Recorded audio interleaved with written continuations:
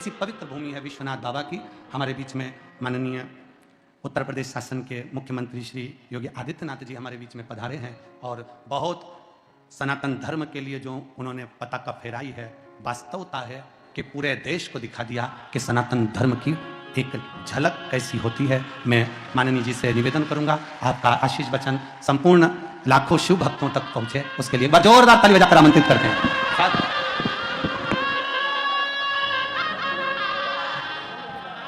हर हर नमः पार्वती पतिये हर हर।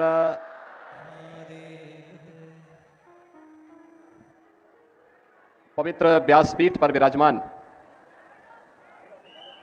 पूज्य संत पंडित प्रदीप मिश्रा जी महाराज, इस पूरे कार्यक्रम के आयोजक जगत गुरु महामंडलेश्वर श्री सतवा बाबा संतोष दास जी महाराज,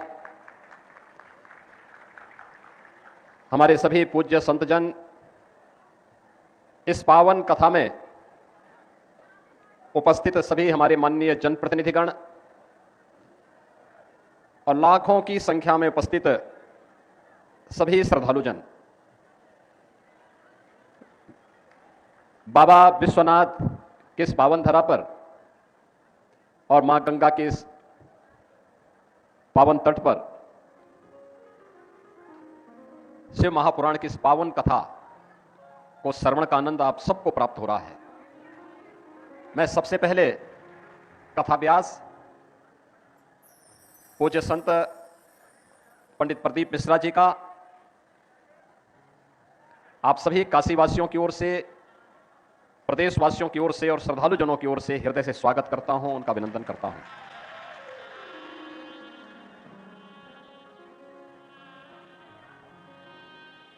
तेरह जनवरी से 26 फरवरी तक यानी पौष पूर्णिमा से महाशिवरात्रि तक प्रयागराज की पावन धरती पर दुनिया का सबसे बड़ा आध्यात्मिक और सांस्कृतिक समागम महाकुंभ 2025 का आयोजन है और उससे ठीक पहले काशी की धरती पर इस पावन कथा के माध्यम से इस कुंभ का दर्शन हम सबको देखने का अवसर प्राप्त हो रहा है।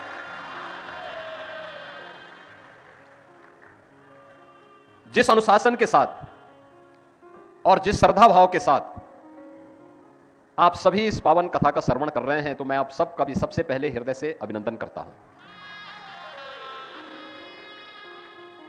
अभिनंदन दोनों प्रकार से, भगवान शिव का भक्त होने के नाते भी, सनातन धर्मावलंबी होने के नाते भी, और उत्तर प्रदेश का दायित्व भी मेरे पास है। तो उत्तर प्रदेश में पावन कथा का आयोजन हो रहा है, तो इस दृश्य से भी मैं अभिभूत हूं। इस सब दृश्य देख करके मुझे पहले से पता था। मुझे याद है गत माह पंडित प्रदीप मिश्र जी की एक कथा हापुड़ में होने वाली थी, तो अचानक वहां के प्रशासन ने कथा के आयोजन को निरस्त कर दिया। मुझे शाम को जानकारी मिली, मैंने कहा ये कथा के आयोजन को क्यों निरस्त किया गया? कहा साहब भीड़ ज्यादा हो सकती है। मैंने कहा उनकी कथा की तो चर्चा ही इस बात के लिए होती है कि वहां हजार में नहीं लाखों में गिनती होती है, लाखों में। लेकिन वे सभी श्रद्धालु होते हैं, भक्त होते हैं, परम भक्त होते हैं। और परम भक्त की सबसे बड़ी पहचान क्या है? वह अनुशासित होता है। जिसका आत्मानुशासन है उसका भौतिक द्रव्यों पर भी अनुशासन होता है, और वे सभी अनुशासित होते हैं। अभी कथा को अनुमति दिया जाए और भव्यता के साथ उस आयोजन को आगे बढ़ाने के लिए कार्यक्रम को आगे बढ़ाया जाए। और मुझे बहुत अच्छा लगा, जो भी वहां पे गया अभिभूत था। फर्रुखाबाद में कार्यक्रम हुआ, वहां पर भी यही दृश्य था। दृष्टि सबकी अपनी अपनी होती है। यह दृश्य हमारे लिए सनातन धर्म का एक लघु रूप है, लघु भारत का रूप है, और यह हमारी सामाजिक समता का भी प्रतीक है। कौन कहता है कि हम आपस में बटे हैं? कहां जातिवाद है, कहां संप्रदाय का वाद है? कहां उपासना विधि का विवाद है। हम तो सब एक होकर के इस पावन कथा के माध्यम से अपने राष्ट्र धर्म के निर्वाह के लिए अपने आप को समर्पित करने के एक धर्म योद्धा के रूप में अपने आप को समर्पित कर रहे हैं, और ये कथा उसका एक उदाहरण हम सबके सामने प्रस्तुत कर रहा है। जब मैं कथा के इस विहंगम दृश्य को देख रहा हूं, एकदम सामने बाबा विश्वनाथ का धाम है, मां गंगा का सानिध्य है। कितना सतवा बाबा ने ऐसा स्थल चयन किया कि एक साथ बाबा के भी दर्शन हो और मां गंगा के और मां अन्नपूर्णा के भी दर्शन हो, बाबा भैरवनाथ जी के भी दर्शन हो जाए। यानी यहां से एक साथ, यानी कथा भक्त ये नहीं सुन रहे हैं, साक्षात देवादिदेव महादेव भगवान विश्वनाथ भी सुन रहे हैं, बाबा भैरवनाथ भी सुन रहे हैं, काल भैरव भी सुन रहे हैं, और मां गंगा और मां अन्नपूर्णा भी सुन रही है। इतना विहंगम दृश्य, ये उन सभी लोगों के मुंह पे एक जवाब है जो हमें जाति के नाम पर, क्षेत्र के नाम पर, भाषा के नाम पर, तमाम वादों के नाम पर बांटते हैं। उनकी आंखों को खोलने के लिए कथा पर्याप्त है, इस कथा का विहंगम दृश्य ही पर्याप्त है। और अब मुझे इस बात की भी प्रसन्नता है कि 5000 वर्ष पहले हम जिस पवित्र पीठ को व्यासपीठ कहते हैं, भगवान वेदव्यास की पवित्र परंपरा, भगवान वेदव्यास ने चारों वेदों का संग्रह करके आने वाली पीढ़ी को दिया। गुरु शिष्य की परंपरा वेदों के संरक्षण के लिए कैसे बननी है, भगवान वेदव्यास ने परंपरा दी। महाभारत जैसा 1 लाख श्लोकों का महाप्रबंधन काव्य, उस पूरी टीम का नेतृत्व दिया। श्रीमद् भागवत महापुराण जैसा ज्ञान, भक्ति और वैराग्य का एक अद्भुत त्रिवेणी का महापुराण, मुक्ति का, यानी जीवन की सफलता का रहस्य जिसमें छुपा हुआ हो, वह जिस भगवान वेदव्यास ने दिया हो। पुराणों और उप पुराणों की रचना कैसे की जानी चाहिए, उसकी शुरुआत की जिस भगवान वेदव्यास ने उस समय के सबसे बड़े राजवंश कुरु वंश को न केवल हर विपरीत परिस्थितियों में बचाया, बल्कि 8 पीढ़ियों का प्रत्यक्ष रूप से एक सार्थक निर्देशन देकर के उसका नेतृत्व भी दिया। उनका मार्गदर्शन किया और सदैव धर्म और न्याय के पथ पर ही चलते रहे, उसी की प्रेरणा देते रहे।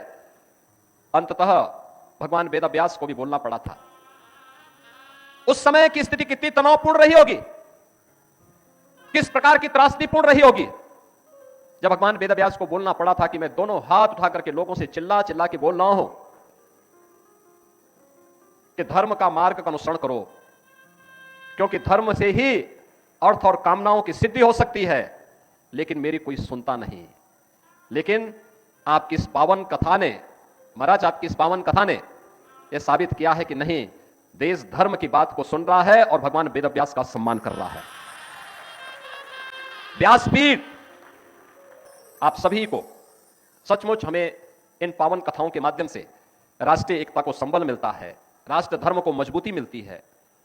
हम सबका ध्येय अपने इष्ट के प्रति, अपने देवी देवताओं के प्रति, अपने समाज के प्रति तो होना ही चाहिए, लेकिन अंततः यह मान के चलना चाहिए कि हम सबका अंतिम लक्ष्य होना चाहिए कि हमारे राष्ट्र की एकता और अखंडता को कोई चुनौती न देने पाए, उसको कोई खंडित न करने पाए, क्योंकि उसी में देश भी बचा हुआ है, उसी में धर्म भी बचा हुआ है, उसी में समाज भी बचा हुआ है, उसी में हम सब भी बचे हुए हैं, उसी में हमारी कथाओं की पावन परंपरा भी बची हुई है।